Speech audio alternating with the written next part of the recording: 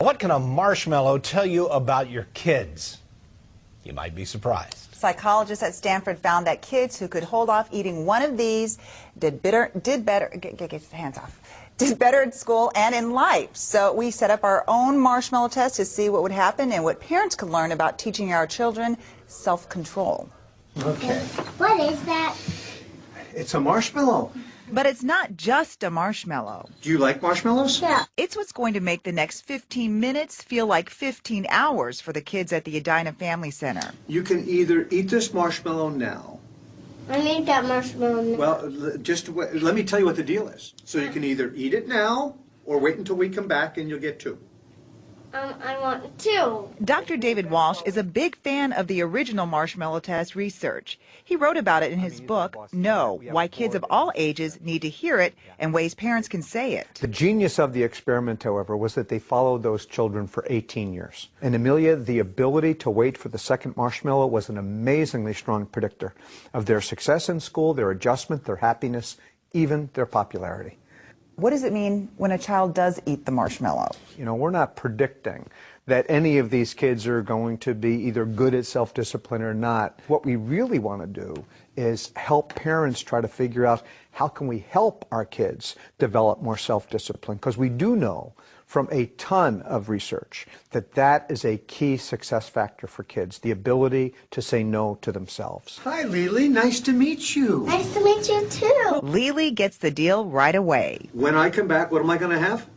Another marshmallow. In a room with few distractions, she waits and waits and waits. 15 minutes is a long time for a It's a child. very long time for a 4-year-old. 15 minutes is a real long time. In the next room, Lily's mom watches with Dr. Walsh. Surprised she's lasted this long. It's coming up on dinner time. Lily surprises her mom and even herself. And I smelled the marshmallow. I thought I would eat it, but I didn't. Should I give you another marshmallow? Yeah. Absolutely, because that was the deal. Yeah. Okay, very good.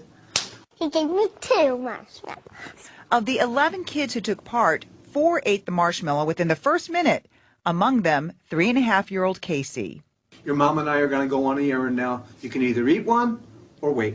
I'm going to eat one, okay? That's whatever you decide is fine. Okay, very good. Casey kept his word. Bye-bye, buddy. I'm not eating. I'm not eating. 11 seconds later, the marshmallow is history. Now it's his twin brother Nathan's turn. So you can either have one or two. It looks like Nathan wants to have his marshmallow and eat it too. I didn't think you'd play with it this much. For 15 minutes, he touches and licks the marshmallow. He even holds it inside his mouth. Yeah, what does eat exactly mean? Now, I didn't really bite into it. define eat? It's tempting to keep watching these kids with the marshmallow, but that's not what this story is really about. So what can parents do to help their kids develop self-discipline? It's the kid's job to push against the limits. It's our job to set the limits. So we have to be consistent then, because if we're Absolutely saying important. this is, you do this, then this is what's going to happen. Exactly.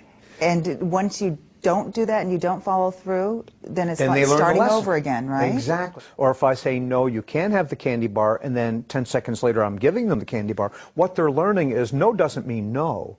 No just means escalate, and I'll get what I want. It's simple, but not easy. Prior generations had a culture that supported the message of no. What's difficult today is that we have a culture that undermines the message. We have a culture that says more, fast, easy, fun. A culture that says, eat the marshmallow. The short-term relief of giving kids what they want, we pay a long-term price for that. Turns out the agony of waiting for the marshmallow or a computer game or a car might actually help your child. We all know that life does deal challenge, frustration, and disappointment. Well, we want our kids to be able to handle that. Well, how will they be able to handle that if they don't get practice? Dr. Walsh says, in the marshmallow test and in life, I waited. You did wait, didn't you? And now? good things come to those who can wait. Did it seem like a long time? Dr. Walsh has launched a movement called Say Yes to No, and it's all about saying no to your kids and teaching them to say no to themselves. Of course, it's just as important to catch your kids doing the right thing and acknowledging it. To know more about the initiative, go to WCCO.com/links. You'll also find extra videos of some of the kids in the marshmallow tests, from the ones who didn't last 10 seconds to those who got that extra treat. And then after sports, we'll show you the one clip everyone in the newsroom has been watching all day. It's worth the wait. Guaranteed, it's worth the wait.